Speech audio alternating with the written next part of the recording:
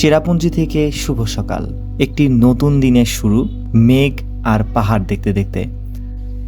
এটা আমাদের হোমস্টের ছাদ থেকে ভিডিও করা।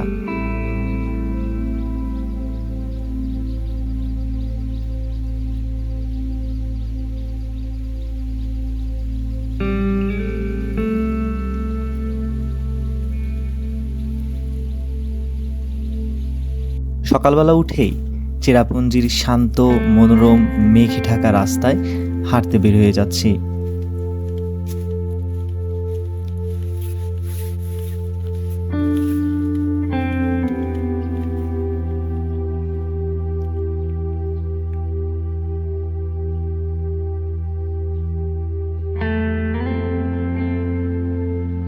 চেরাপুঞ্জি হচ্ছে পৃথিবীর সবচেয়ে বৃষ্টিবহুল স্থানগুলোর মধ্যে একটি।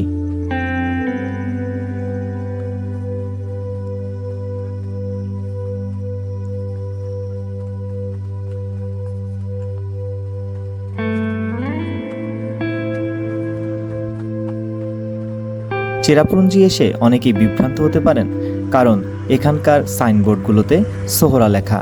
স্থানীয়দের কাছে এই শহর সোহরা নামেই পরিচিত, কিন্তু আমরা যারা ট্যুরিস্ট তাদের কাছে এই শহর চেরাপুঞ্জি নামে পরিচিত।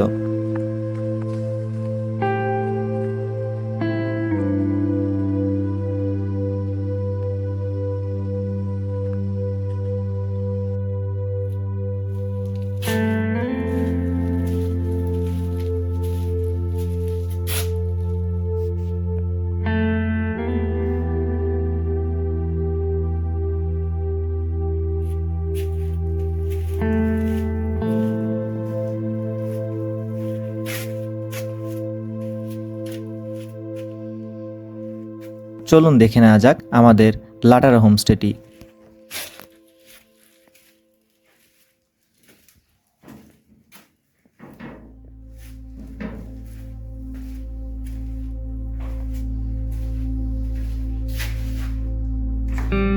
এই রুমে আমরা ছিলাম।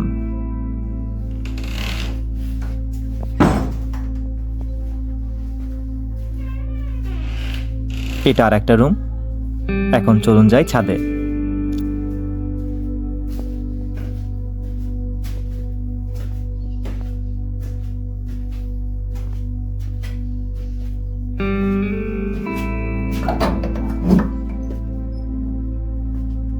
ছাদ থেকে ভিউ দেখেই বুঝতে পারছেন এই হোমস্টেটি কত সুন্দর।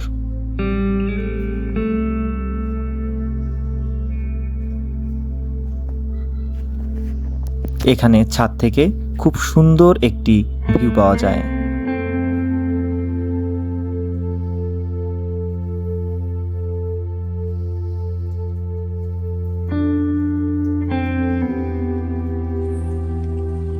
এরপর দ্রুত ফ্রেশ হয়ে আমরা গাড়ি খুঁজতে বের হয়ে গেলাম। চেরাপুঞ্জি শহরের একদম চৌরাস্তাতেই অনেক গাড়ি পেয়ে যাবেন।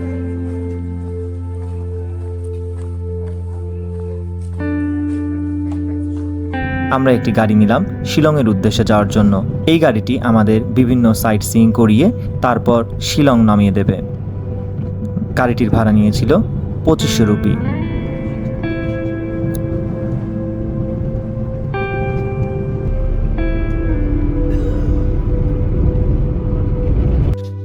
চলে আসলাম আজকের প্রথম গন্তব্যে, নকালিকাই ফলস।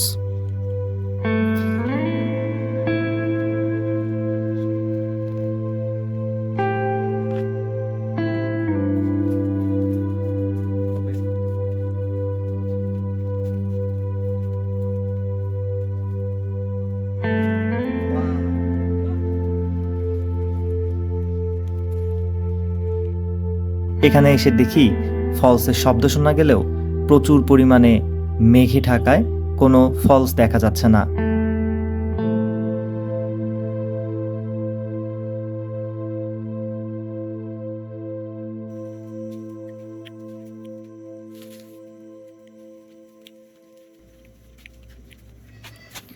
এখনো অনেক সকাল থাকায় অনেক দোকানই এখনো খোলেনি।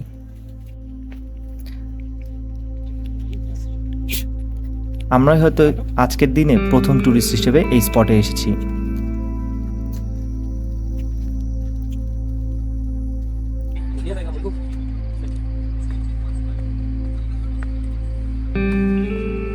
আমরা যেহেতু উপর থেকে কোনো ভিউ পেলাম না, তাই আমরা একটু নিচে নেমে দেখার চেষ্টা করলাম কিছু দেখা যায় কিনা।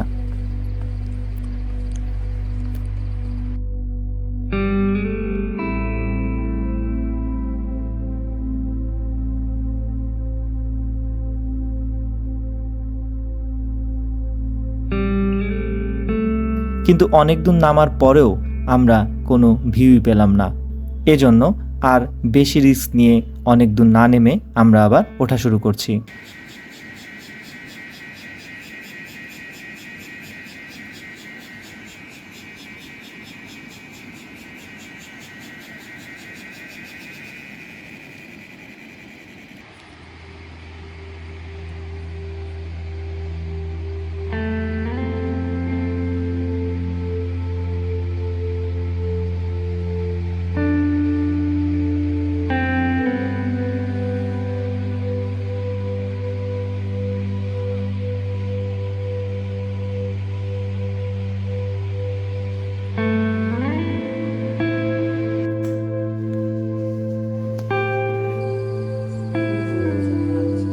আমরা এখানে প্রায় 2 ঘন্টা থাকার পরেও প্রচুর পরিমাণে মেঘের কারণে এখানে কোনো ভিউই পেলাম না। আমাদের ড্রাইভার বলল যে এই মেঘ কেটে যেতে 10 মিনিটও লাগতে পারে, আবার সারাদিনও নাও কাটতে পারে। তাই আমরা পরবর্তী গন্তব্যের দিকে চলে যাচ্ছি।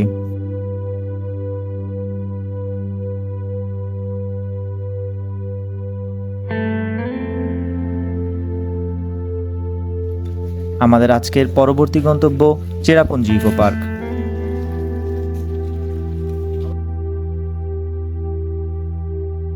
এখানে এসেই দেখলাম প্রচুর পরিমাণে বৃষ্টি। এতক্ষণে আমরা আমাদের ঢাকা থেকে কিনে নিয়ে যাওয়া রেইনকোটটি ব্যবহার করতে পারছি।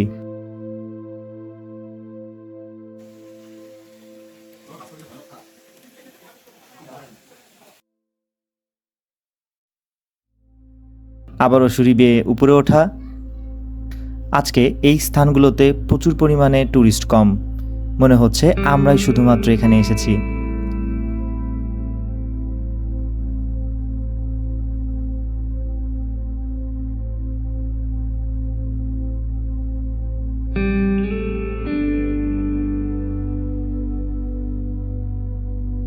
আপনারা ভিউ নিজেরাই দেখতে পাচ্ছেন। আমরা অলস সময় কাটাচ্ছি এই জায়গাগুলোতে।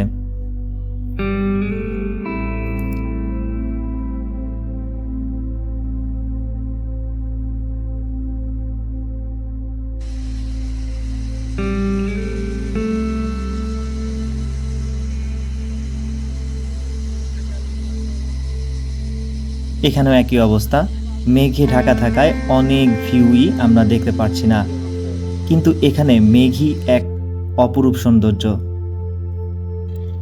গতকাল মাওলিলং ভিলেজে এত রোদ থাকার কারণে যেটাকে আমরা রোদালয় বলছিলাম, সেটা আজকে আমাদের সাথে এরকম করবে তা আমরা ভাবতেও পারিনি। এটা যে মেঘালয় তার প্রমাণ এখানেই। আমাদের দেশের বেশিরভাগ ট্যুরিস্টই এই জায়গাতে এসে ছবি তোলে।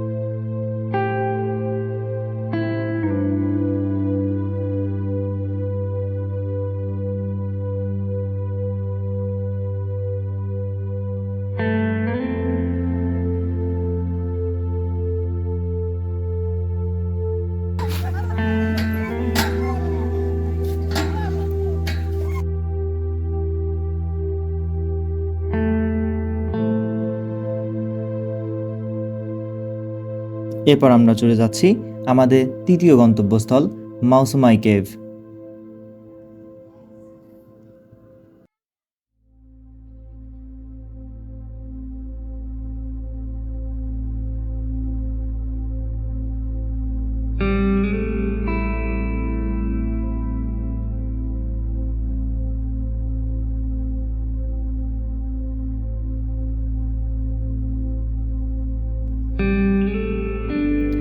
আমি আমার ডেসক্রিপশন বক্সে সকল স্পটের এন্ট্রি ফি দিয়ে দেব, এই জন্য আর প্রত্যেকটা স্পটে আলাদা করে এন্ট্রি ফি উল্লেখ করছি না।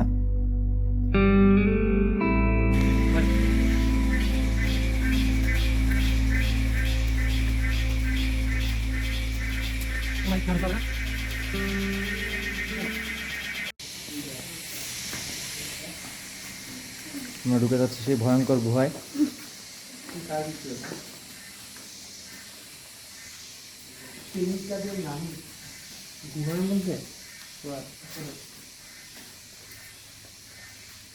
পুরাতন,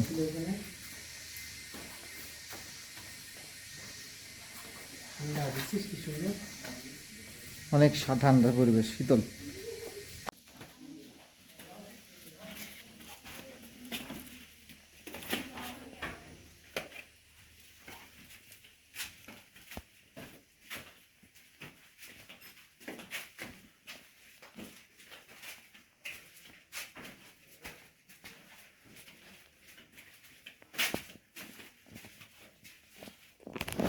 তো বড় মানুষ ঢুকবো না। এই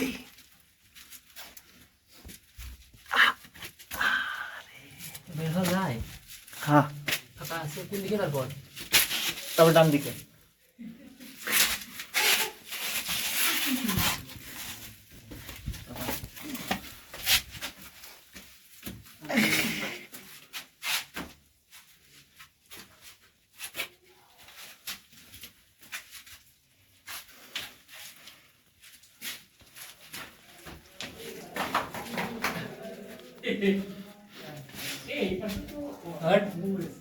আয় খোলা আছে? হ্যাঁ, প্রশ্ন শুনলে খুব ইয়া লাগে রে ভাই।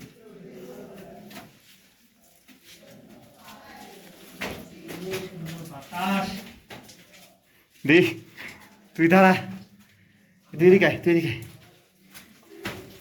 পানি খাবো ও কেমন লাগে মামা? তুমি কি ভিডিও করতেছো? আরে না, সর।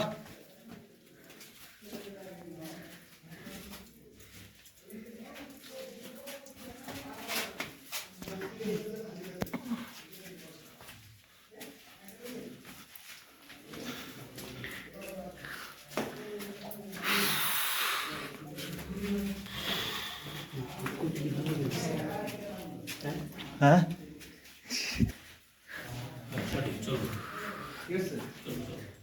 বিরক্তিটা কম হয়েছে ভাই।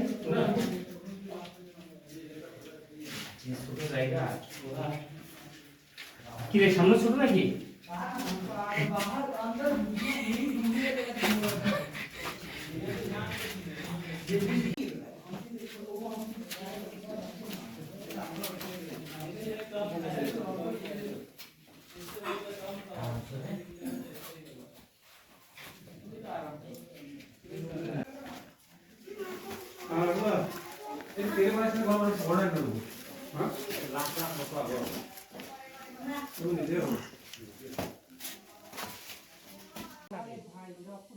অফ থাকবে কেন? আলু পুরিলেও লাইট নেই তো, এখন ঝলসাই গেছে। 1 2 1 2 1 2 toilet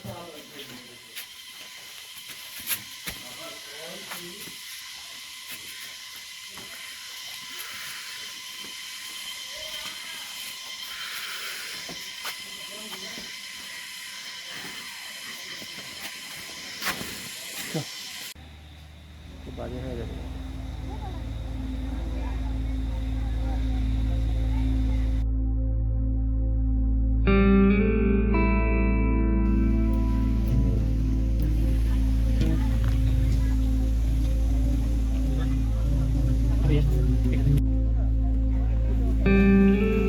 আমাদের আজকের চতুর্থ গন্তব্যস্থল সেভেন সিস্টার ফলস, যেটা খুবই বিখ্যাত একটা ফলস এবং মেঘালয়ের মানুষ এই ফলসটি দেখতে আসে, যেটা 7টি ফলসের সমন্বয়ে একটি ফলস।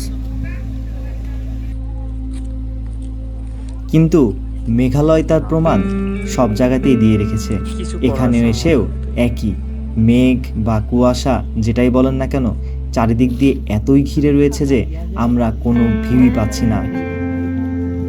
এখানেও প্রায় 2 ঘন্টা অবস্থানের পরও আমরা কোনো ভিউই পেলাম না।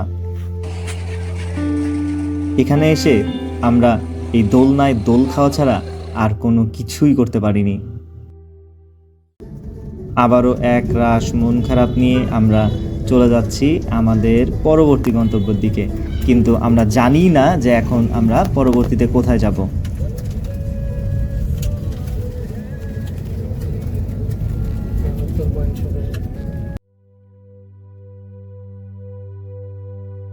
চারিদিকে অনেক মেঘ থাকার কারণে আমরা আসলে এই ফলসে নামতে চাচ্ছিলাম না, কিন্তু আমাদের ড্রাইভার আমাদের সাজেস্ট করলো এই ফলসে নেমে এই ফলসটি দেখার জন্য। তা ড্রাইভারের কথা শুনে আমরা এই ফলসে নামা শুরু করলাম। এই ফলসটির নাম ওয়াকাবা ফলস। কিন্তু আমাদের পথ আর শেষ হচ্ছে না, নামছি নামছি নামছি।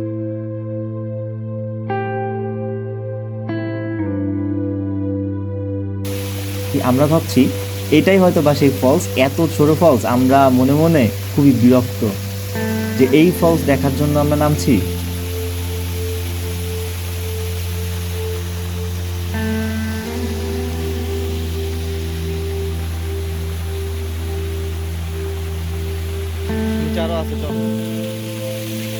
এবার চলে আসলো আসল জায়গায়।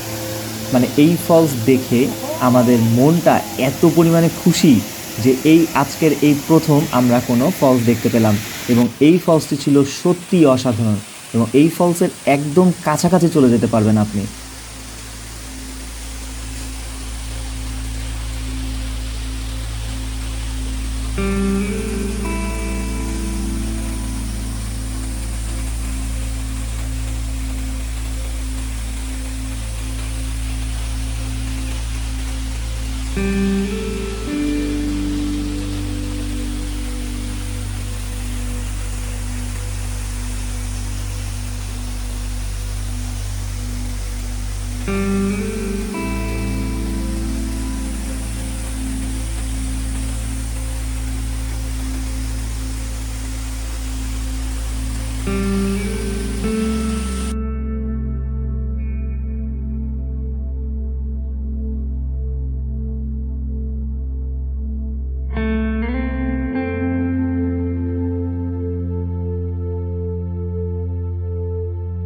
আরেকটু উপরে উঠে দেখতে পাবেন এই ফলসের আসল জায়গা। এই ফলসটি কোথা থেকে আসছে এবং কোথা থেকে প্রবাহিত হচ্ছে, এখান থেকেই সেটি দেখা যায়। আমরা এই ফলসটিতে সবচেয়ে বেশি সময় কাটাচ্ছি।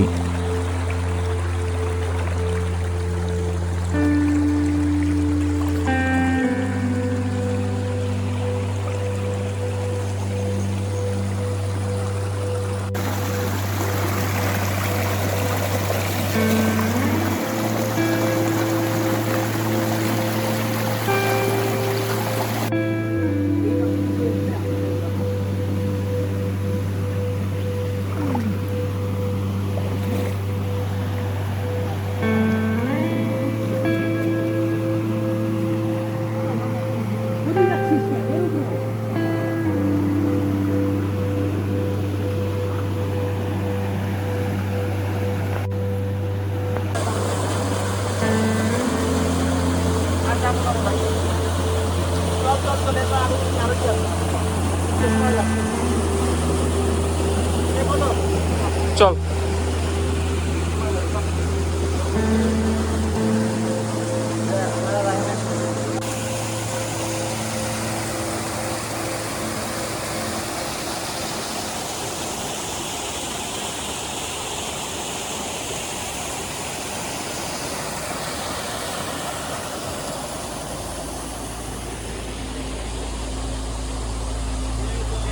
কিন্তু আসল মজা হচ্ছে যতটা পথ নেমেছি অতটা পথ তো আবার উঠতে হবে।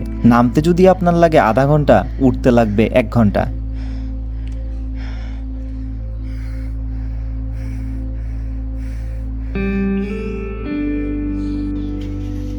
এরপর আবারও জার্নি এবং আমাদের নেক্সট গন্তব্য ডোয়ানসিং ব্রিজ ও মরডুক ফলস ভিউ পয়েন্ট।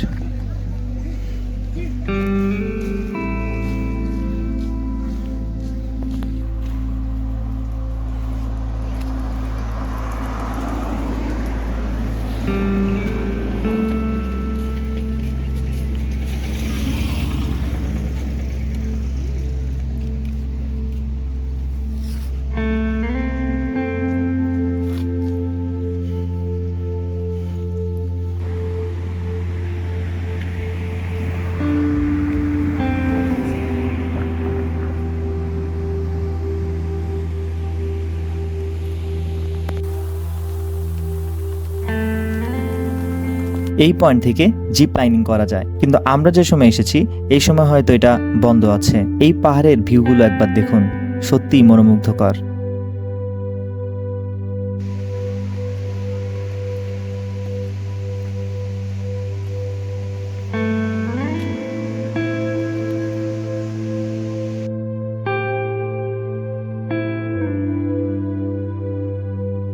আবারও সিঁড়ি বেয়ে নামা নামা নামা। গতকাল থেকে আমরা ভুলে গিয়েছি আমাদের পা ব্যথা।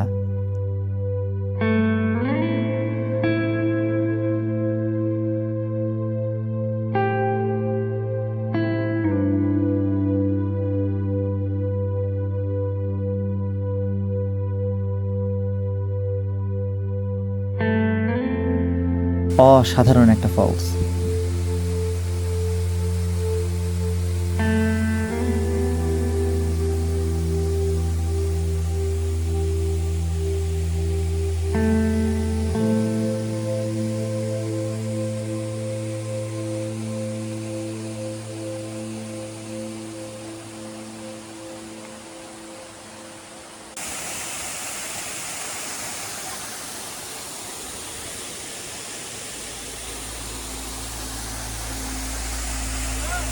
চল।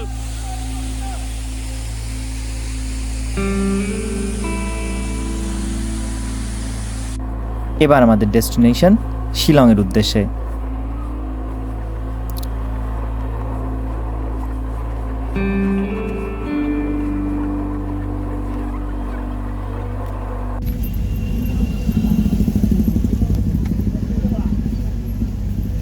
শিলং হলো মেঘালয়ের রাজধানী। চেরাপুঞ্জিতে আপনি যে একটি নীরব পাহাড়ের স্নিগ্ধতা দেখতে পেয়েছেন, শিলংয়ে এসে তার বিপরীত, এখানে শহরের কোলাহলই দেখতে পাবেন।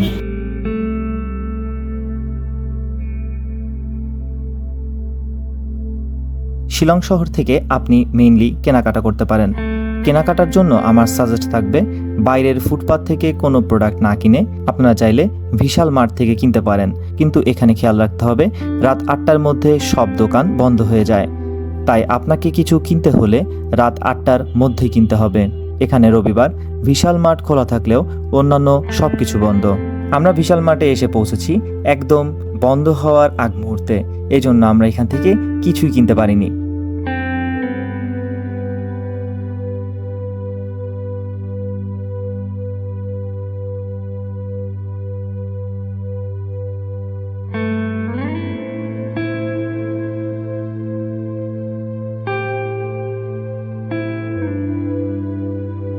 শিলং শহরে এসে আমরা এই হোটেলে ছিলাম। এই হোটেলের নাম হোটেল লিটল ক্যাসল ইন। এই হোটেলের ডিটেলস আমি ডেসক্রিপশন বক্সে দিয়ে দেবো।